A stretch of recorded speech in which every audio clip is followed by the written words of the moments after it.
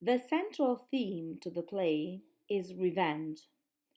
Through this theme, Shakespeare develops a series of themes that are central to humanity.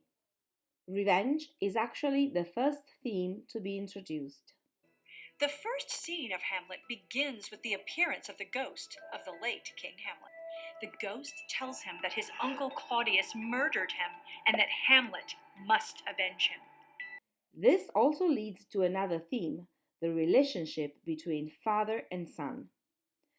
Prince Hamlet admires his father.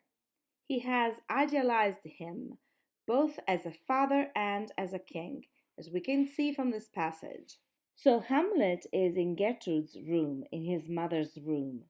He looks around, and there are two portraits on the wall.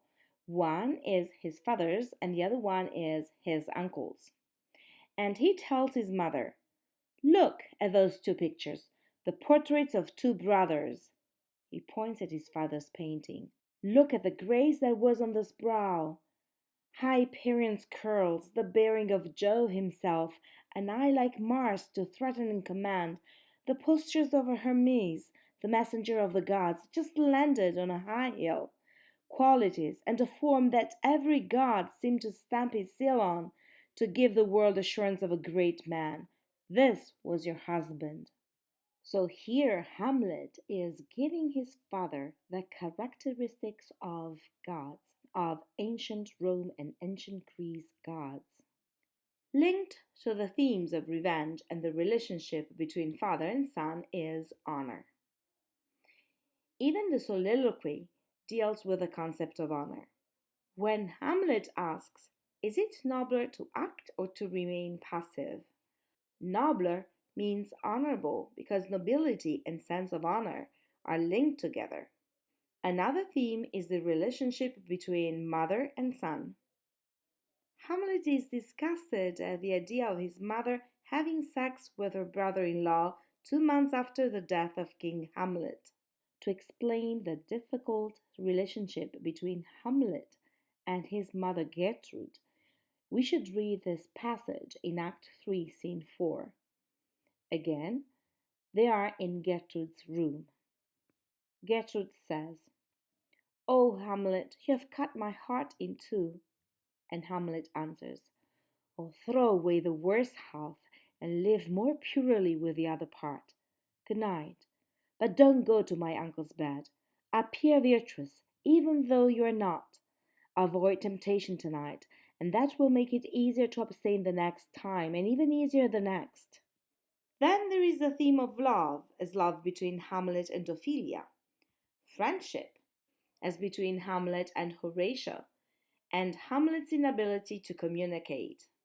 Regarding the theme of madness, we must distinguish between real madness and faked madness. Real madness is Ophelia's. Ophelia goes insane after being rejected by Hamlet and after her father's death. Faked madness is Hamlet's. Hamlet pretends to have gone mad in order to speak and act freely.